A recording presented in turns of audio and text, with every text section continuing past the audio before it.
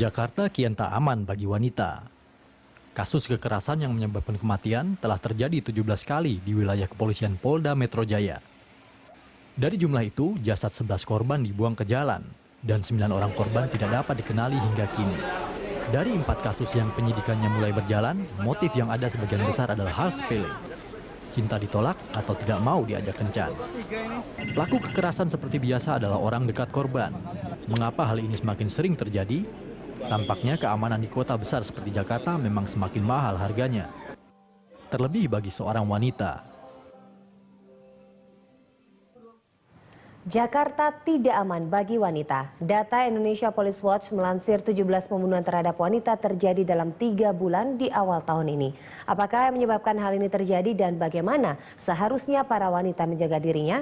Bersama kami di studio telah hadir aktivis wanita Wulan Danukusumo dan kriminolog UI Anggi Aulina Harahap. Saya langsung ke Mbak Wulan. Sebegitu parahkah tingkat keamanan di Jakarta, Mbak, untuk wanita? Anda melihatnya? Dari tadi yang data sudah Mbak Nova sampaikan, itu bisa kita bilang sebenarnya itu hanya tip of the iceberg ya. Beberapa kasus yang berhasil ter-highlight karena mungkin terjadi dalam runtutan waktu yang lumayan dekat. Tapi sebenarnya di luar sana kalau kita mau jujur jauh lebih banyak.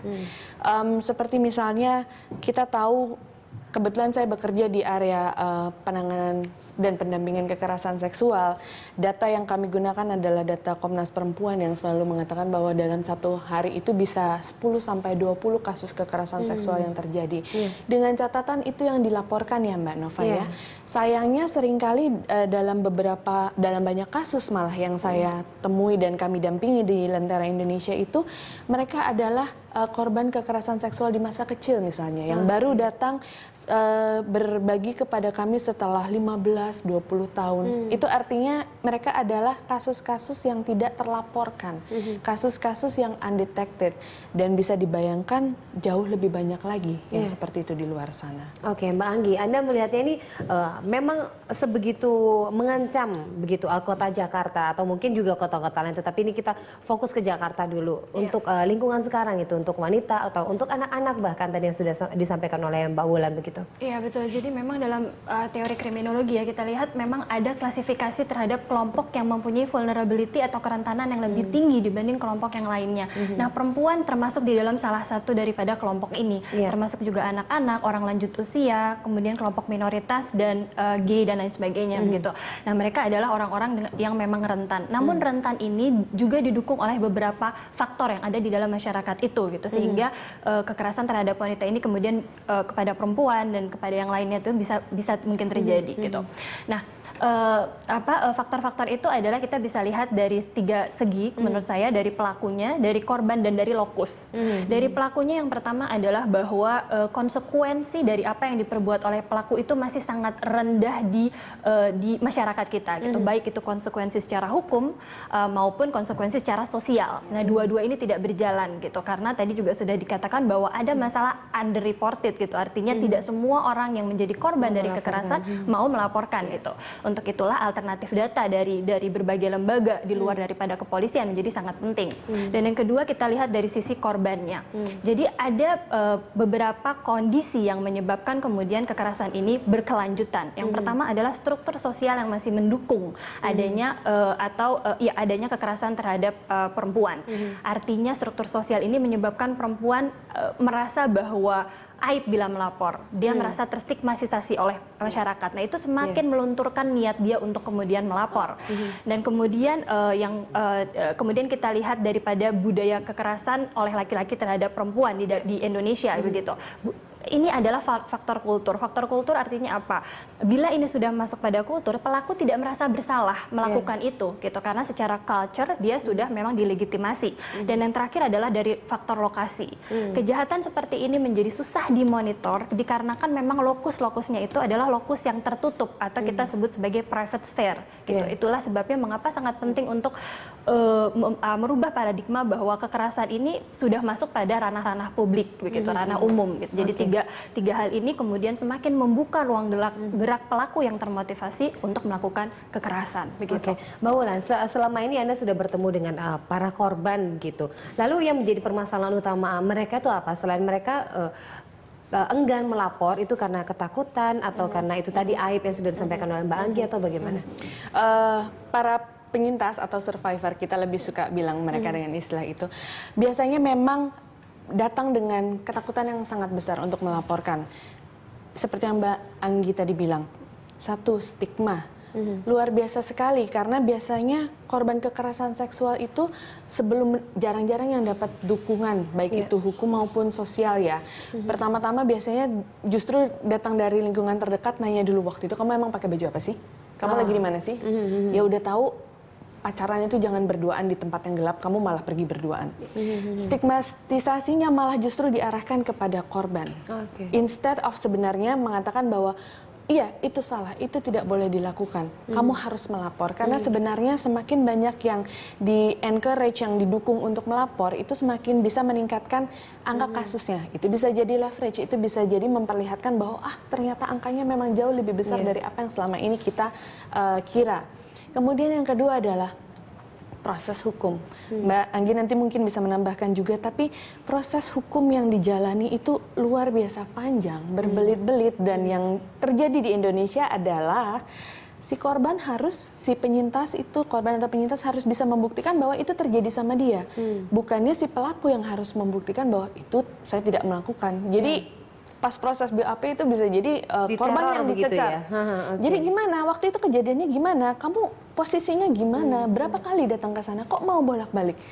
Jadi lebih banyak berbagai faktor seperti itu, dan tentunya ya setelah itu dilabel bahwa korban perkosaan sudah tidak perawan lagi, misalnya sudah not a damaged goods, pokoknya lengkap dengan semua label-labelnya. Gitu. Jadi mereka melapor harusnya mendapatkan keadilan, tetapi justru dipojokkan seperti itu. Nanti saya akan juga bertanya dengan Mbak Anggi dan Mbak Wulan begini, bagaimana sebenarnya proses hukum dan juga penjatuhan hukuman untuk para pelaku, apakah memang kurang atau sehingga para pelaku terus-menerus melakukan, atau semakin banyak korban wanita yang dilecehkan dan bahkan sampai dibunuh begitu. Tapi kita harus jeda pariwara sejenak. Tetaplah bersama kami pemirsa dalam dialog.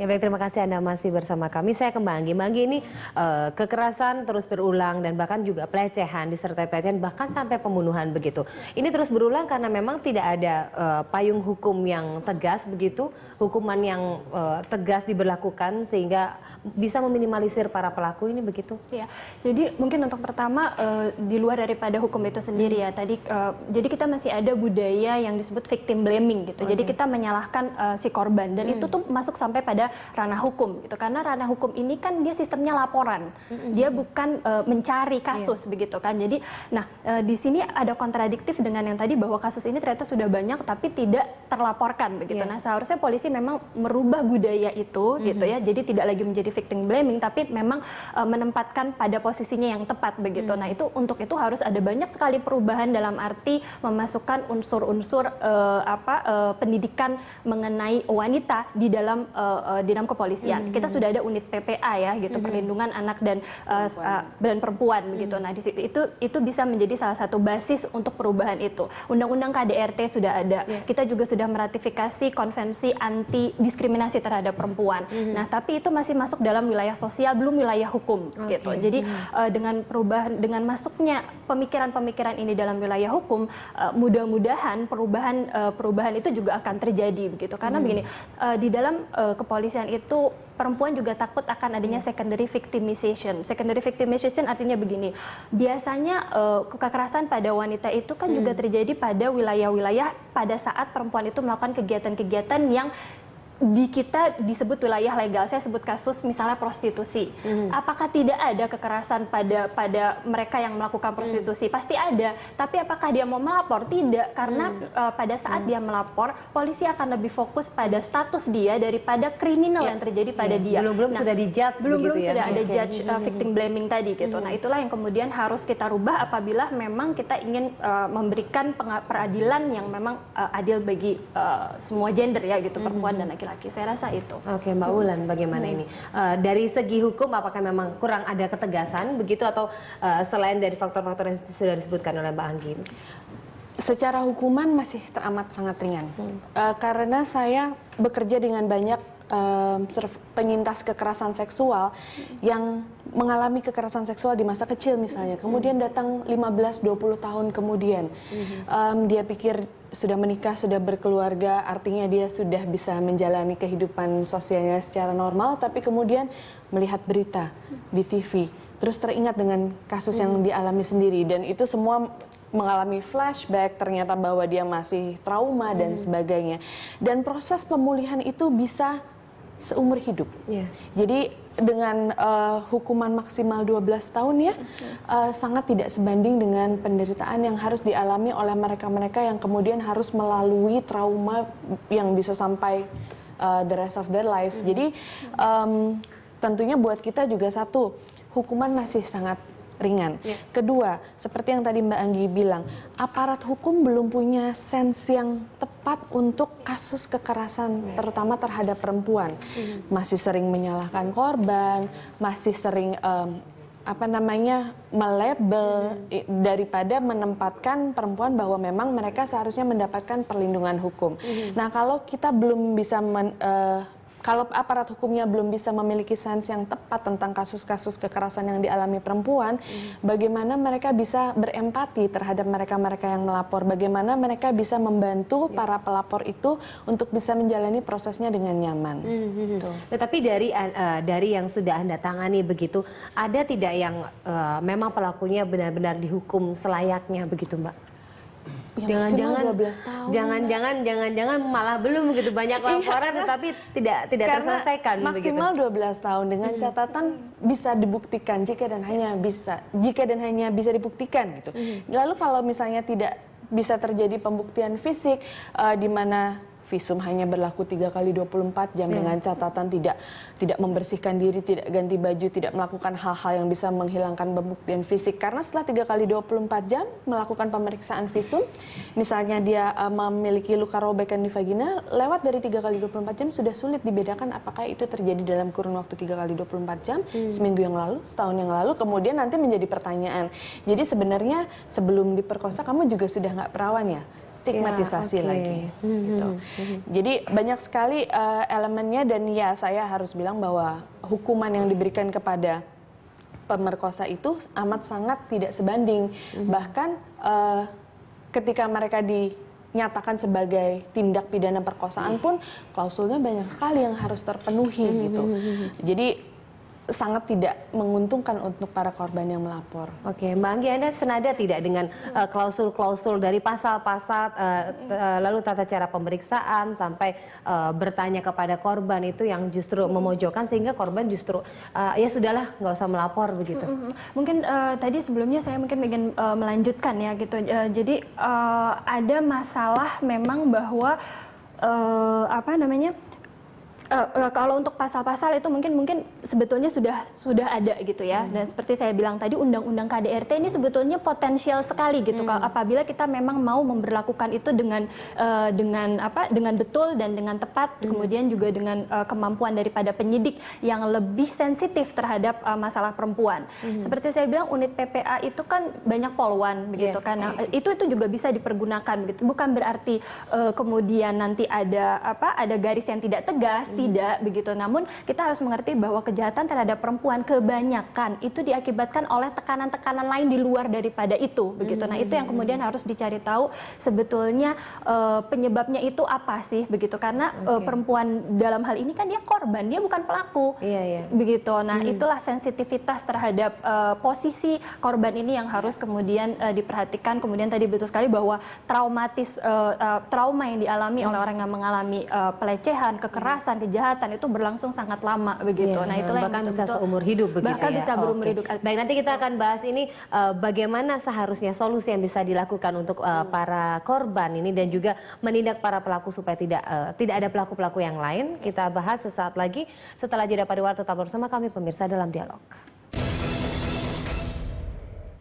Terima kasih Anda masih bersama kami. Saya ke Mbak Wulan. Mbak Wulan, ini banyak sekali para korban yang akhirnya mungkin putus di tengah jalan begitu ketika melapor karena dengan rumitnya proses di polisi begitu dan tidak sensitifnya para petugas untuk menanyai, apakah memang harus ada petugas khusus mungkin psikolog atau psikiater gitu sehingga bisa lebih membawa korban dalam situasi yang lebih nyaman pada saat melaporkan atau bagaimana Mbak untuk solusinya? Alangkah baiknya kalau misalnya memang mereka-mereka yang melapor mendapatkan pendampingan dari konselor atau dari psikolog, jadi membantu menciptakan suasana yang lebih nyaman.